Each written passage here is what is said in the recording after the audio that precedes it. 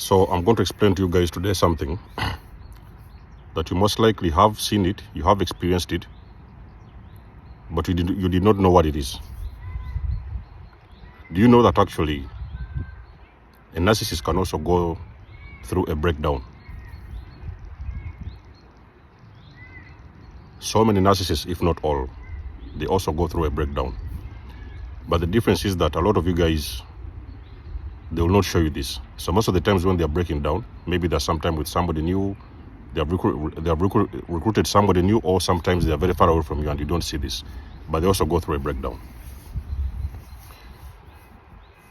And usually when they are going through the breakdown, that is when they are, you guys are going through a discard. You could be somebody who has discarded a narcissist, or sometimes they have discarded you. So when you're dealing with this kind of individuals, for them it's the same thing. It doesn't matter who discards the other one. It's the same thing. Now, mostly what happens is that they go through a breakdown, very, very massive breakdown. You go through a breakdown definitely, of course, because they've been discarded or they have discarded you. But the narcissist is also going through secretly a breakdown.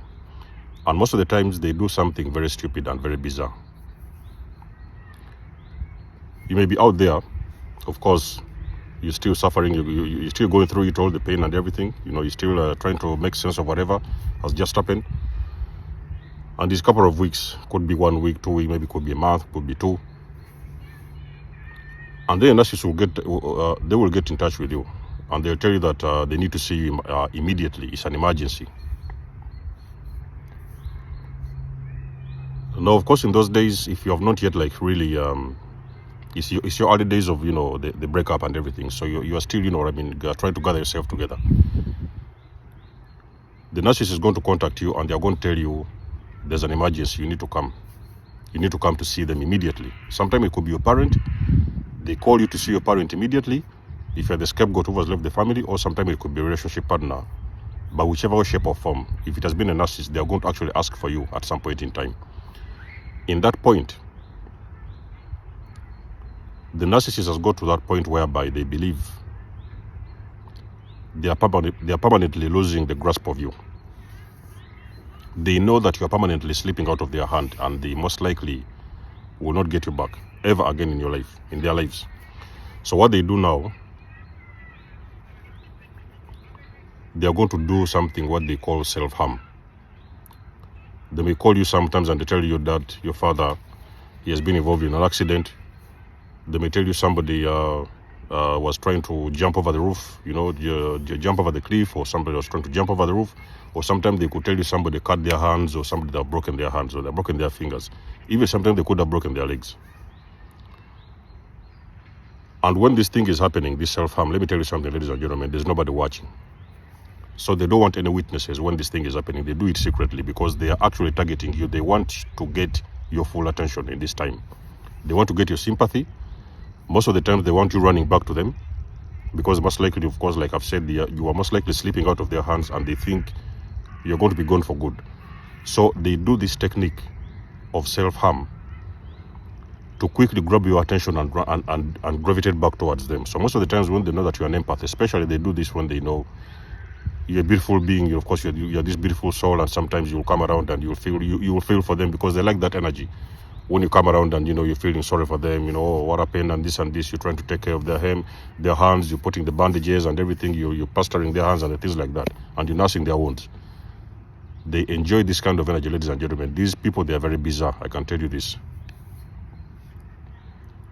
They are very bizarre. They do the things you never expect. So if you've been with a narcissist, let me tell you something, and you hear some stories, somebody's calling you, a relative, a friend is calling you, they're telling you, listen, come very quickly, we need to talk to you because something is happening in the house, something is happening at your house, you know, your father, they have drunk poison, or your father has drunk some poison, or whatever, your father has cut their hand, or maybe sometime your relationship partner, they have broken their leg, or sometimes they have taken an overdose. You had best believe, ladies and gentlemen, those people, they have actually caused that harm for themselves. No, it has not been caused by anybody else. They have done that harm to themselves.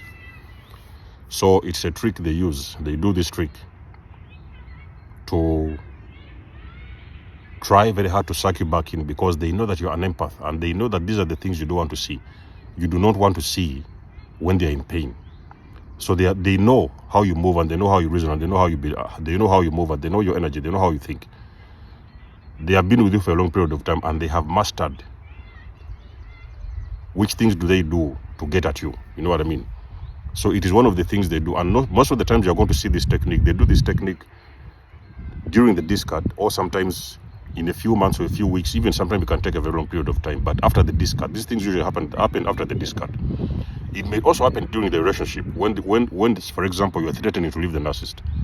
They may go and jump into a car and go and crash the car and crash into a tree or crash into the traffic or things like that. And they may actually get your sympathy because now you're running there to see what has happened.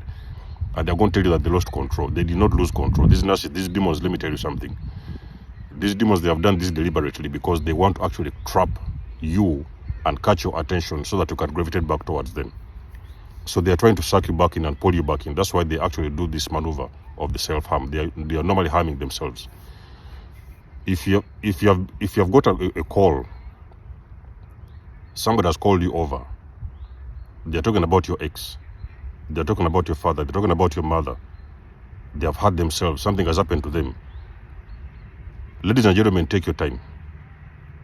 If you know that you do not have to be there, ladies and gentlemen, look the other way and keep on going, because those individuals, they're trying to trap you. They have done that thing deliberately. They want you to come around there. You're going to see them with a broken finger. You see them with a broken leg. You see them in a car accident. You find them in hospitals. They have taken an overdose, or sometimes they have swallowed some poison or things like that. They have even sometimes tried threatened to poison themselves. You have got to know that those individuals, they are going through a breakdown. And it is that breakdown which is actually causing them to harm themselves, because they want to use that trick to pull you back into those relationships or situationships. They know that when you see them in that situation, you're going to feel sorry for them and you're going to take them back in. It is what I mean when I talk about the self-harm. You best believe, ladies and gentlemen, I can guarantee you that it will come to that point whereby that narcissist is going to harm themselves. They're going to destroy themselves. Sometimes it can happen in another way. So, for example, they can hurt the children. When you guys have got children with them, and this is something also which is very triggering for myself as well, you know what I mean? So sometimes when you have children with them, the narcissist can call you and they tell you that, oh, the daughter is sick, or something has happened to the son, or something has happened to the kids.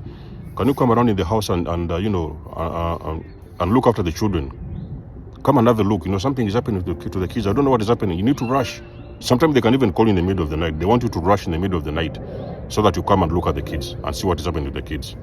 And they may cause that kid even sometime an injury, or sometimes they may have caused those children a sickness, or sometimes it can be a flu. They could have actually have even damaged or even sometime endangered their own children just because they need to get your attention. So guys, be very careful when you're dealing with this kind of individuals. Anything can happen. You are dealing with these vampires, ladies and gentlemen, you can expect anything. But when you know what to expect, you had got the ways to protect yourself, and you know exactly what you're going to do with yourself.